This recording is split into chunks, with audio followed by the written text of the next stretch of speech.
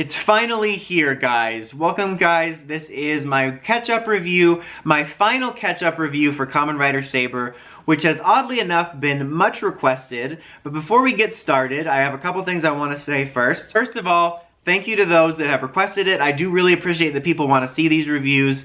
Part of the reason that I've fallen so behind as well, because I've fallen behind, and in general, it didn't seem like there was much interest in the Saber reviews. It didn't seem like a lot of people were watching them or talking about it in the comments like I get with Kara Major or Zenkaiger or Power Rangers. So kind of a combination of that had me falling behind on reviewing it, and partly by choice to sort of take a break from Saber. So I actually really do appreciate that there's people that actually want to see this, so thank you.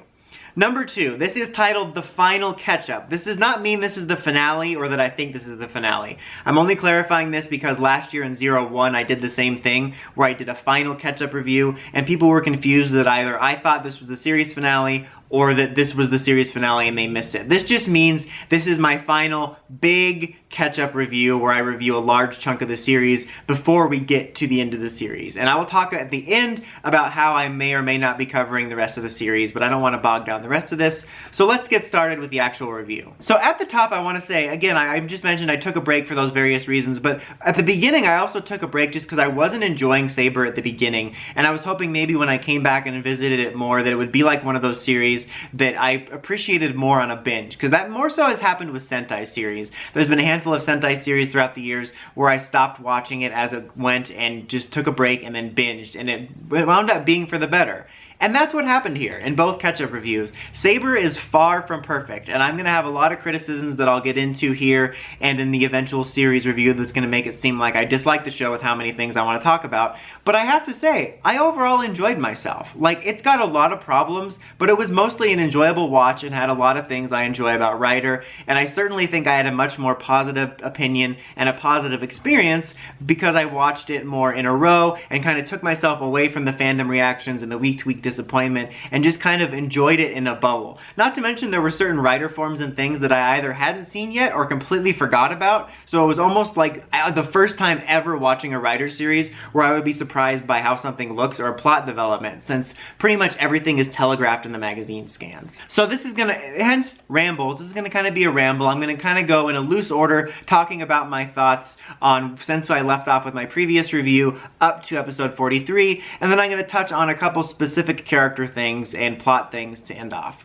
So when we left off, it was that arc about Toma being exiled from Logos because he was labeled a traitor for believing Calibur. You can see my more complete thoughts on that arc in the previous catch-up review, and I will definitely mention it in the series review because I had some major thoughts on the mishandling of the pacing of that and how that didn't feel right. But when I started catching up on again, it was basically an arc about the various writers slowly coming around to be with Tomo and his team, and there was some solid stuff there. I think that was probably the most I liked Toma because he was an underdog in that situation, because he was trying to save the world and save the people that were trapped inside the Megiddo while also facing these irrational sort of Logos people that start slashing at him when he's trying to save people. And I thought that was the most I ever liked or believed in Tomo, was when his back was kind of against the wall and everybody was against him, and you just sort of slowly have this arc of all the characters coming around, except for Rintaro, which took a while, and Ren, who was the worst person to ever live. I'll get into that later.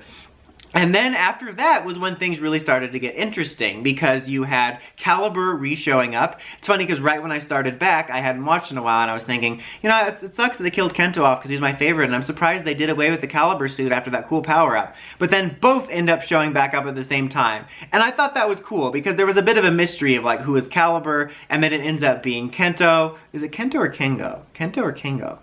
Kengo is from Ixo, right? I get confused about Kento. I'm just gonna say it's Kento. I'm pretty sure, like 95% sure it's Kento. But he shows up, and there was a really cool arc about how all the Caliburs are sort of cursed with future visions, and he's spent all this time seeing all these dark futures and only sees one way to do it. I feel it got really muddled near the end when he wound up turning back on the side of good, because I was confused, like, did he actually always find it hopeless? Or was he just trying to save Toma? Because there was this whole thing about the world can be saved, but we have to sacrifice one of you.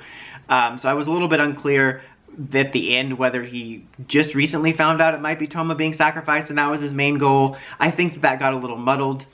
But I did like his transformation back into Espada. There was like several cool shots of him having to choose between the swords, and he had this nice scene with his dad before he took back the mantle of Espada. I was a little bit disappointed his grand return was in that big porcupine form alongside the others. I was kind of hoping to have a solo return first in his classic suit, but I liked a lot about that arc. I just felt a little bit muddled about the whole, was he really trying to save all the world because that it was hopeless, or was he just trying to save Toma? Because it kind of bothered me that they never even entertained the idea of sacrificing themselves. Like, yeah, we don't trade lives, Vision. Other heroes have said that, but they always at least entertain it. And I felt it came off as selfish, as like, no, we can't sacrifice this one person. I'm like, let's sacrifice Toma, his hats are stupid. I also don't know why they didn't entertain the idea of sealing the swords. If he says that he's seen 1,000 apocalypses because of the swords being sealed, I don't know why they never even discussed it, I felt. Like, okay, if you don't have the swords, you can't defeat the Megiddo. So kill the Megiddos off, seal the swords, world saved.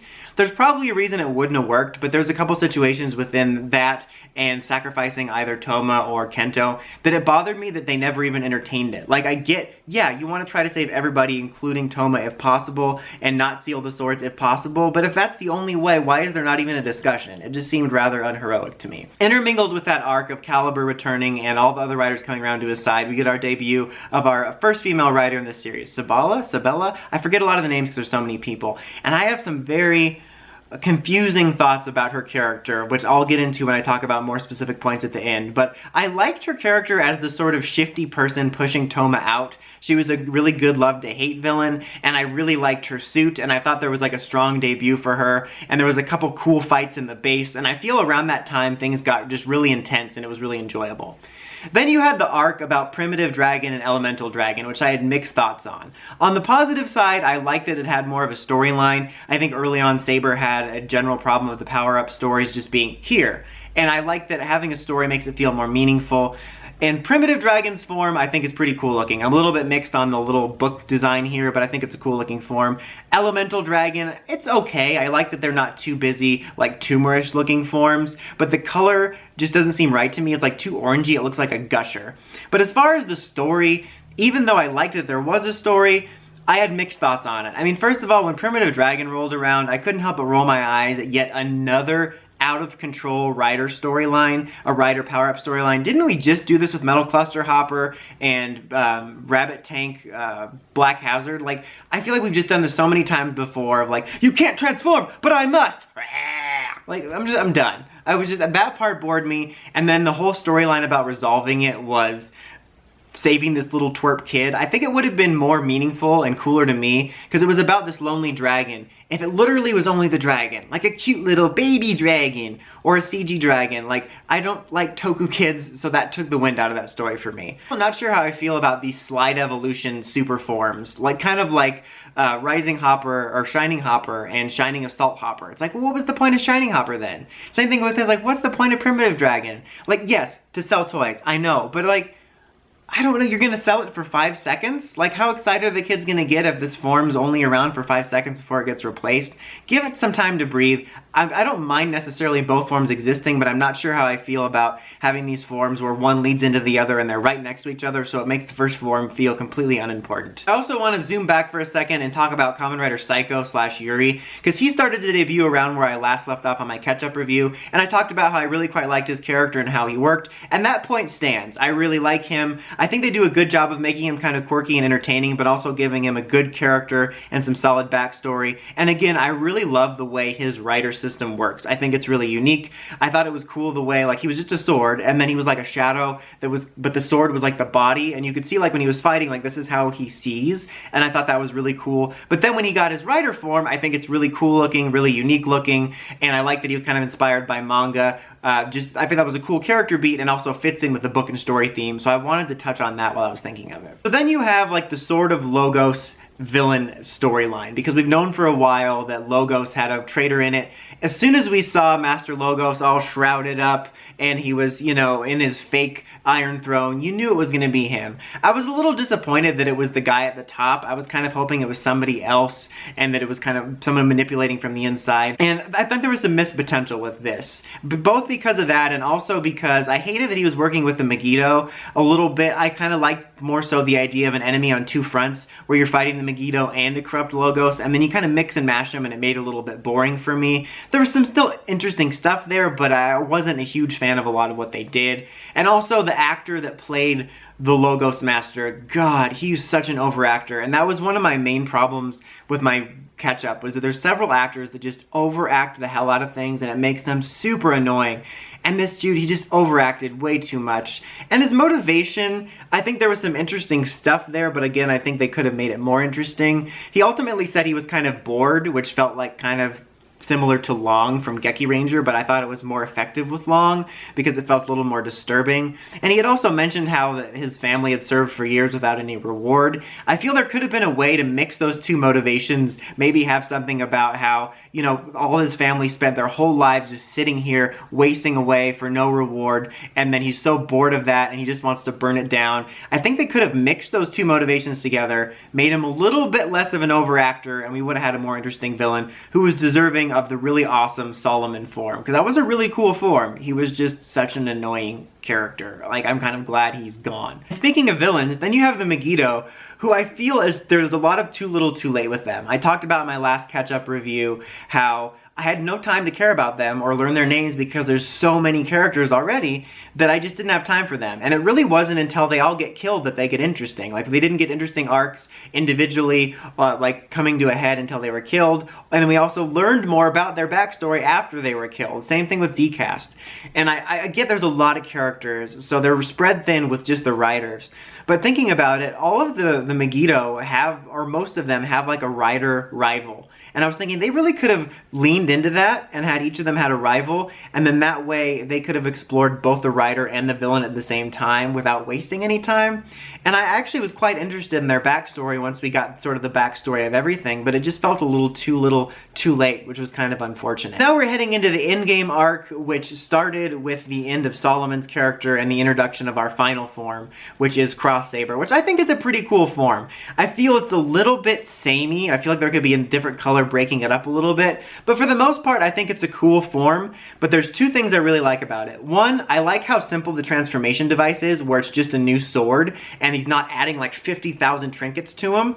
And also I like that it's kind of the concept of an all powers rider form that isn't an out of control mess, because in a lot of years, or a lot of recent years, the final form will try, or one of the final forms will try to be this amalgam of all the gimmicks, and they just glue it all into this ugly mess. So I'm kind of glad that it's not just a bunch of books or swords glued to them, but it kind of embodies the idea of all the powers or all the swords while just looking like a normal person form. So I really like that.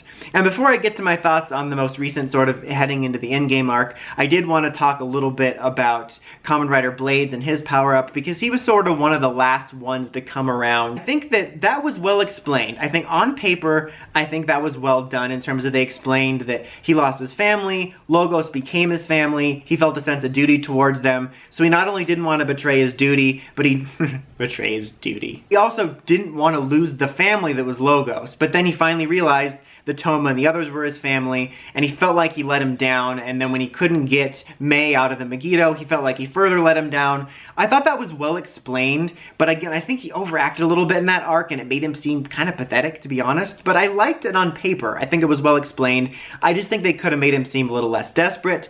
But I really liked the resolution to it, where he kind of got the power that embodied the duty of all the swordsmen, and I really like his power-up. It's probably one of my favorite suits. I know that the sort of mane is a little bit silly, but I think it looks really cool. I'm kind of a sucker for white toku suits, like with a white and black or a white and blue, and it looks really cool, and I wanted to mention that before I forget it. Into the end game, it's about the Megiddo, and we learn more about their backstory. We learned about it kind of multiple times, but Tassel finally explained it, and I really liked that. That's a problem sometimes toku series can have, was ill-explained lore, and I thought they did a good job with this, and I liked the flashbacks, and I also liked that it's kind of meta. It's something I kind of wish was explained a little bit better, and it was explored more, because at first I was like, okay, is Wonder World literally just the book and the story in the book, or is it a world itself? And it's both. It kind of represents that within books exist entire worlds. I feel, at least that's what I interpret from it, like worlds that are very real to people, and I think that that's really cool and meta, and I like the way that was described. And again, it made the Megiddo interesting to me, and I wanted to explore more exactly why they turned, and everything interesting about them happens after they got killed.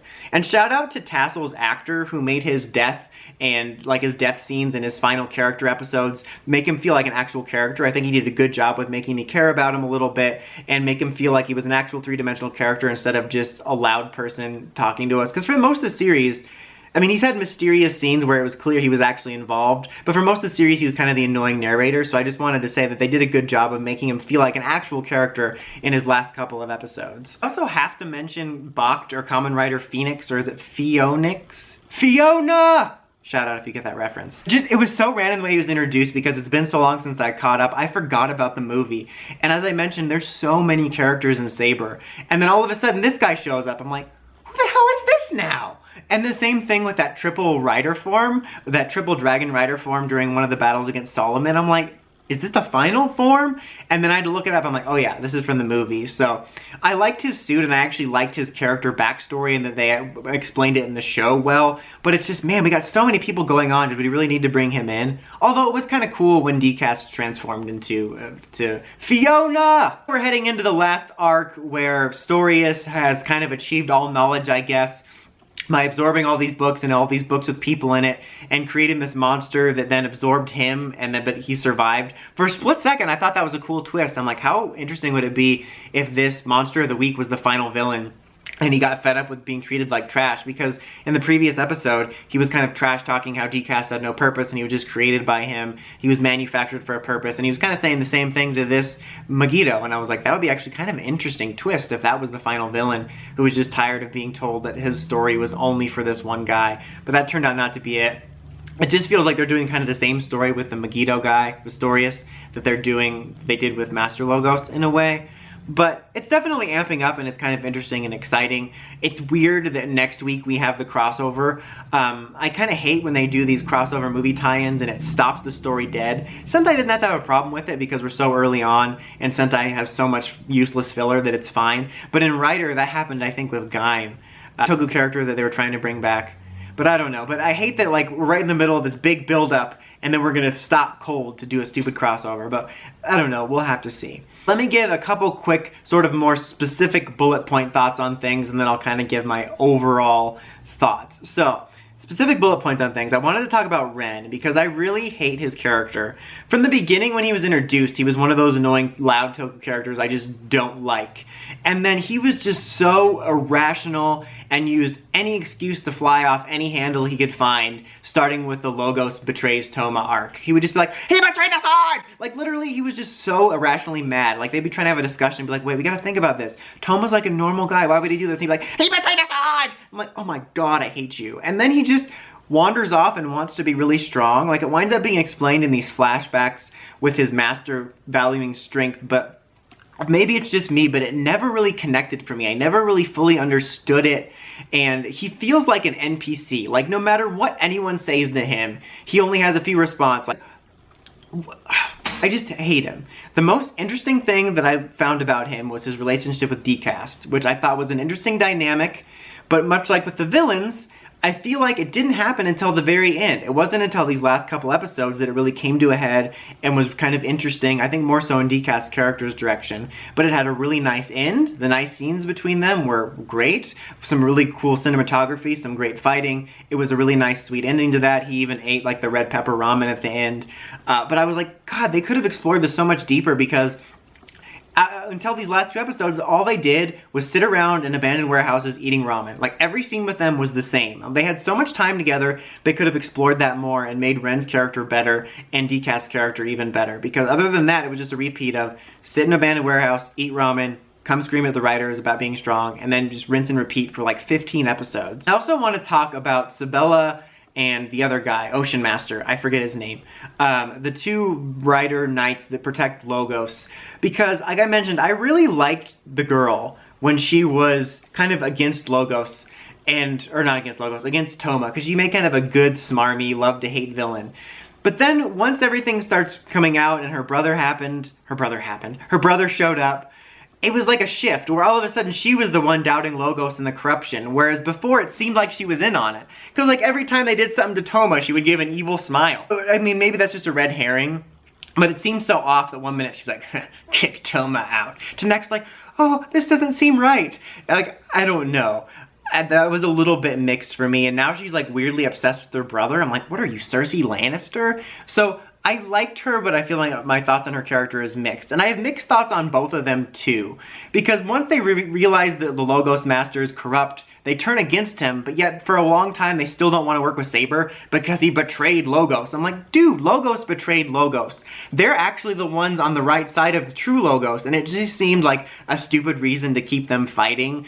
I hated that. But I also did feel it would be interesting, instead of having both of them sort of become good, have one of them stick with Logos till the end. Like, they probably ultimately would have realized at the very end when Logos was killed that they were wrong, but I thought it would have been more interesting to have one of them come around to Toma's side and the other one just stay strict to Logos' side, just because I thought that would have been more interesting than, yet again, 99% of writers kumbayaing with the main writer, and I think there was some missed potential there, and I'll kind of get more into that when I do the character stuff.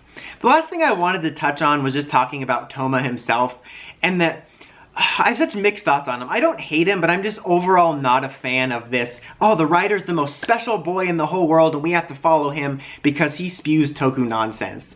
And I feel I just don't believe him. Like, he just doesn't feel, it feels disingenuous to me. Maybe it's just me. I think that's a matter of what works for you and what doesn't, depending on the story. Like, for example, for me, Koda worked and Sento worked. I got behind their stuff. Like, Sento had a lot of cheesy stuff about love and peace, but I bought it. But with Toma, it just feels so generic. And other than the fact that he was chosen by Luna, I just don't understand what it is about Toma that's so inspirational. I feel he's just so generic, and he's just, oh, just the most specialist boy in the whole world. And I get tired of that type of story. And I mentioned before that I get tired of most antagonist writers ultimately coming around. I get heat when I say that because people will be like, oh, what about Evolt or Solomon? I'm like, yes, there are villain writers, but it feels like most antagonist writers ultimately kumbaya around the main writer, and that not only gets old, but I also get tired of it just being the main writer's perspective. I wish we could have a series where we had a character that was a good guy, just like the main writer, but had a different point of view, and everybody didn't have to fall in line behind our main character. I find that's kind of annoying, and I get it's mainly a kid's show that's supposed to teach this message that the main writer's trying to teach, but I also hate this message of let's all fall in line behind this one guy and there's no other point of views. So that is it for my ramble about my catch-up. This was episodes 19 through 43, which is current. And like I said, I have a lot of problems which I just talked about. But I also enjoyed myself. Something I like about the series is it has great designs, it has great mythology, it has some really great action work, and I think it's got a really good wanna watch the next episode factor. Despite all my problems with it, I feel like I just listed a bunch of problems I didn't like in it.